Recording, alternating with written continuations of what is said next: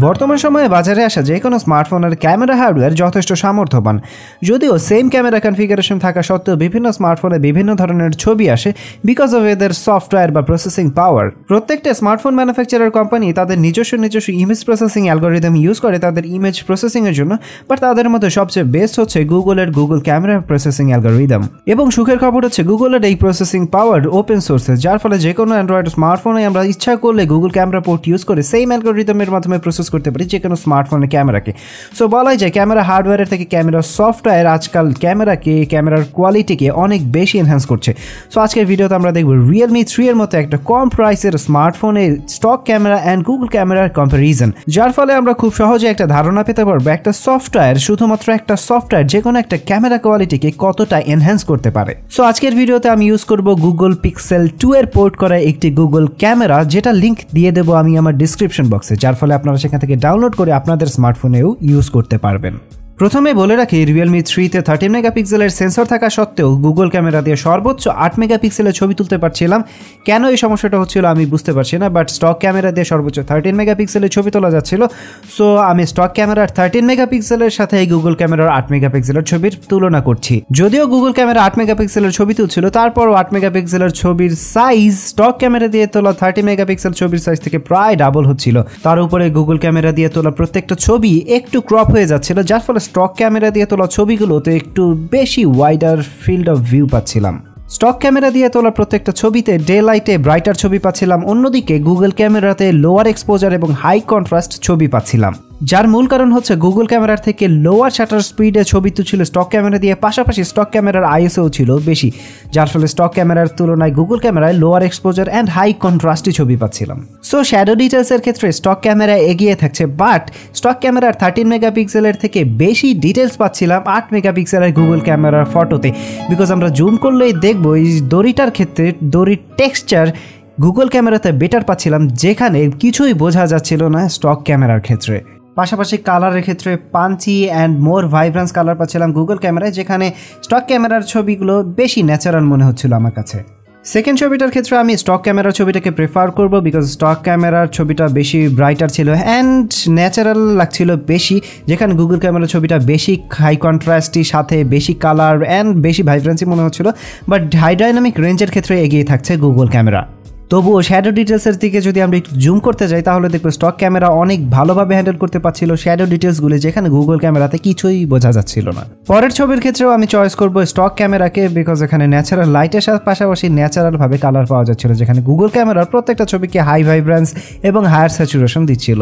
তবে আমার মনে হচ্ছে এখনও পর্যন্ত পুরোপুরি কম্প্যাটেবল না এই স্মার্টফোনটার জন্য গুগল ক্যামেরা। সো আশা করি সামনে কোনো ডেভেলপার এটাকে আরও ভালোভাবে ডেভেলপ করবেন, যার ফলে আমরা হাই ডাইনামিক রেঞ্জ এবং ডে লাইটের ক্ষেত্রে আরও ভালো ছবি আশা করতে পারি। এখন যদি আমরা একটু ম্যাক্রোশটের দিকে তাকাই তাহলে সেই আগের মতো একই অবস্থা, মোর কন্ট্রাস্টি ছবি পাচ্ছেন গুগল ক্যামেরা, যেখানে মোর ন্যাচারাল অ্যান্ড বেশি ব্রাইটার ছবি পাচ্ছিলাম স্টক ক্যামেরা দিয়ে, অ্যান্ড পাশাপাশি আমরা ভালো ডিটেলসও পাচ্ছিলাম স্টক ক্যামেরা দিয়ে। সো আমি এই ক্ষেত্রে এখনও পর্যন্ত ডে লাইটে বলবো স্টক ক্যামেরা অনেক বেশি এগিয়ে আছে গুগল ক্যামেরা থেকে। স্টক ক্যামেরায় হাইয়ার আইএসও ব্যবহার করার ফলে ডে লাইটে খুব ভালোভাবে হ্যান্ডেল করতে পারছিল না হাইলাইটগুলো, যেখানে গুগল ক্যামেরা খুব সহজেই হাইলাইটগুলো অনেক ভালোভাবে হ্যান্ডেল করতে পারছিল। সো এই ক্ষেত্রে আমি বলবো গুগল ক্যামেরা কিছু কিছু ক্ষেত্রে অনেক ভালো ভালো ছবি প্রডিউস করে অ্যান্ড পাশাপাশি ন্যাচারাল কালারও দেয়। ইভেন হাই ডাইনামিক রেঞ্জের ক্ষেত্রে গুগল ক্যামেরা প্রত্যেক ক্ষেত্রেই এগিয়ে থাকবে। যেসব সিচুয়েশনে হাই ডাইনামিক রেঞ্জ মেনটেন করা খুব কঠিন, সেসব ক্ষেত্রে গুগল ক্যামেরা তার আসল খেলা দেখানো শুরু করে। শুধুমাত্র আকাশের মেঘগুলোর দিকে তাকালেই বুঝতে পারবেন, যেখানে স্টক ক্যামেরায় মেঘগুলো একটুও দেখা যাচ্ছিল না, সেখানে গুগল ক্যামেরায় মেঘগুলো স্পষ্টভাবে বোঝা যাচ্ছিল। সো এই ক্ষেত্রে বলাই যায় ডাইনামিক রেঞ্জের ক্ষেত্রে Google camera is the best and Google camera is always the boss. আমি বলবো এখন স্টক ক্যামেরার খেলা শেষ হতে যাচ্ছে, বিকজ এখন আমরা নিয়ে আসবো পোর্ট্রেট মোড। পোর্ট্রেট মোডের ক্ষেত্রে স্টক ক্যামেরার থেকে হাজার লক্ষ গুণে ভালো ছবি প্রডিউস করছিল গুগল ক্যামেরা, বিশেষ করে high dynamic range, edge detection সব কিছুতে প্রত্যেকটা ছবিতে গুগল ক্যামেরা অনেক অনেক অনেক ভালো ছবি প্রডিউস করছিল।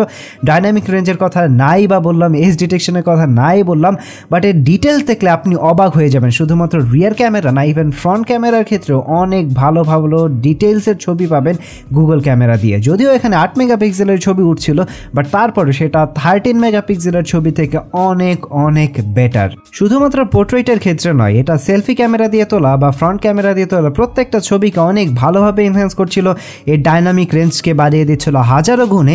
অ্যান্ড এখানে ভালোভাবে কালার পাচ্ছিলাম, কন্ট্রাস্ট পাচ্ছিলাম অসাধারণ, সেখানে শ্যাডো ডিটেলসও ভালো পাবেন, হাইলাইটটাকে খুব ভালোভাবে হ্যান্ডেল করতে পারে গুগল ক্যামেরা। ইভেন ডিটেলিংয়ের ক্ষেত্রে আপনি প্রত্যেকটা ডিটেলস অনেক ভালোভাবে দেখতে পারবেন। জাস্ট আমার ফেসের দিকে তাকালেই বুঝতে পারবেন কতটা বেশি ডিটেলস পাচ্ছিলেন গুগল ক্যামেরায়। গুগল ক্যামেরার খেলা তখনও চলতে থাকে যখন আলো একটু কমে যায়। জাস্ট জানালার দিকে তাকালেই বুঝতে পারবেন কত ভালোভাবে হাইলাইটটাকে হ্যান্ডেল করছিল গুগল ক্যামেরা, যেখানে স্টক ক্যামেরায় জানালাটা পুরোপুরি ওয়াশড আউট হয়ে যাচ্ছিল। ইভেন ফ্লোরের ডিটেলসগুলো খুব ভালোভাবে হ্যান্ডেল করছিল গুগল ক্যামেরা, ফ্লোরের টেক্সচারগুলো অনেক ভালোভাবে বোঝা যাচ্ছিল, যেখানে একটু দুর্বল হয়ে পড়ছিল স্টক ক্যামেরা। লো লাইটের সেলফি পোর্ট্রেটের কথা আর কী বা বলবো, লো লাইটের সেলফি পোর্ট্রেটে স্টক ক্যামেরা গুগল ক্যামেরার কাছে কিচ্ছুই না।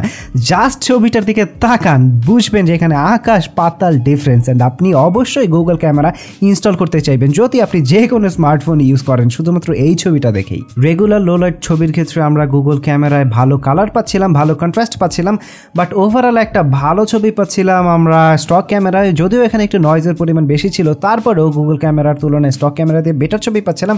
বাট কিছু কিছু সিচুয়েশনে গুগল ক্যামেরা অনেক ভালো পারফরমেন্স করছিল। যখন আলোর পরিমাণ রিয়েলি অনেক কম হয় তখন গুগল ক্যামেরা তার খেলা দেখানো শুরু করে, বিকজ গুগল ক্যামেরা সর্বোচ্চ 1/4 সেকেন্ড পর্যন্ত তাদের শাটার স্পিডকে নিয়ে যেতে পারে, যেখানে স্টক ক্যামেরা সর্বোচ্চ 1/15 সেকেন্ড পর্যন্ত তাদের শাটার স্পিডটাকে নিয়ে যায়, যার ফলে একটু ব্লারি ছবি পাওয়া যায় কিংবা মুভিং অবজেক্টের ক্ষেত্রে একটু বেশি শেক দেখা যায়। বাট তারপরও স্টক ক্যামেরা বেশ ভালো পারফরমেন্স করেছিল রাতে। বাট যখনই একটু এক্সট্রিম লো লাইট কন্ডিশনে যাবেন তখনই গুগল ক্যামেরা বেটার পারফরমেন্স করবে স্টক ক্যামেরার তুলনায়।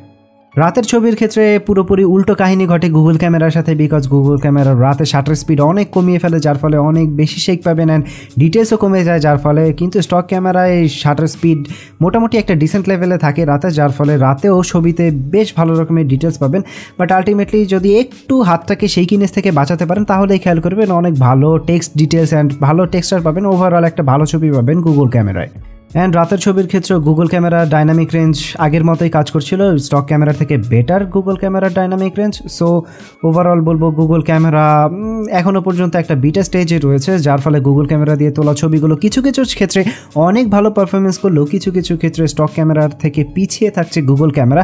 সো আশা করা যায় ভবিষ্যতে গুগল ক্যামেরা আরও বেটার পারফরমেন্স করবে, কোনো একটা ডেভেলপার হয়তো গুগল ক্যামেরাকে আরও ভালোভাবে এনহ্যান্স করবে এই ফোনটার জন্য, যার ফলে আমরা দেখব অনেক ভালো কোয়ালিটির ছবি পাবো Realme 3-তে। অ্যান্ড আশা করি আপনাদের ভিডিওটা ভালো লেগেছে। যদি ভিডিওটা ভালো লেগে থাকে কিংবা এরকম আরও ভিডিও আপনারা এই চ্যানেলে দেখতে চান তাহলে অবশ্যই সাবস্ক্রাইব করে রাখুন KOTHON চ্যানেলে, অ্যান্ড অবশ্যই বেল আইকনে প্রেস করে রাখুন নোটিফিকেশন পাওয়ার জন্য।